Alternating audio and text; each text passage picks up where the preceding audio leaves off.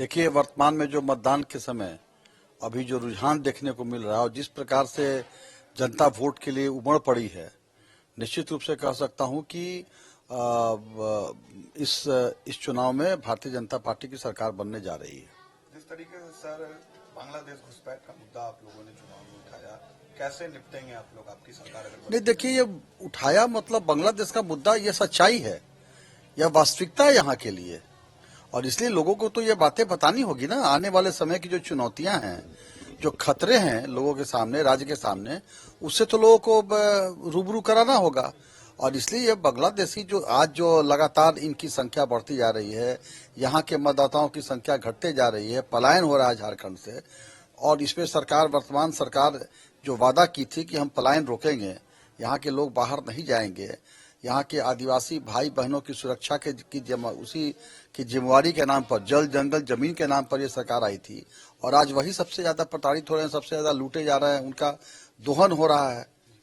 तो ऐसे जो इन शक्तियों को तो रोकना और इस जनता को इससे आगाह करना, ये तो हम लोग का कर्तव्य है। राहुल गांधी भी रांची आए थे प्रेस कॉन्फ्रेंस में, उन्होंने कहा कि दो विचारधाराओं के बीच ये चुनाव है। एक तरफ बीजेपी है जो संविधान बदलने की बात करती है, और दूसरी तरफ इंडिया अलायंस है जो गरीबों की सरकार है। अच्छा, इंडिया अलायंस के मैंने कहीं पढ़ा कि यहाँ के जो प्रभारी थे कांग्रेस के मीर साहब, उन्होंने स्टेटमेंट दिया है कि अगर आवश्यकता पड़ी तो घुसपैठियों को भी हम 450 में सिलेंडर उपलब्ध कराएंगे।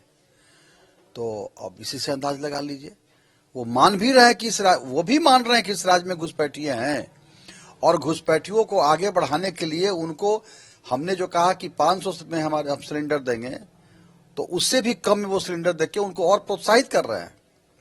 यही राहुल गांधी जी जो साइकिल पे कोयला चोरी करके जा रहे हैं, गरीब बेचारे, उनके साथ फोटो खिंचा रहे हैं, उनके जीवन स्तर को सुधारने के प्रयास नहीं कर रहे हैं, उनके साथ फोटो खिंचा करके उनको और मनोबल उनका बढ़ा रहे हैं कि हाँ, तुम कोयला चोरी में और इस प्रकार साइकिल धोते रहो, हम तुम्हारे साथ हैं। तो यह तो इनका यह कार्यशैली है।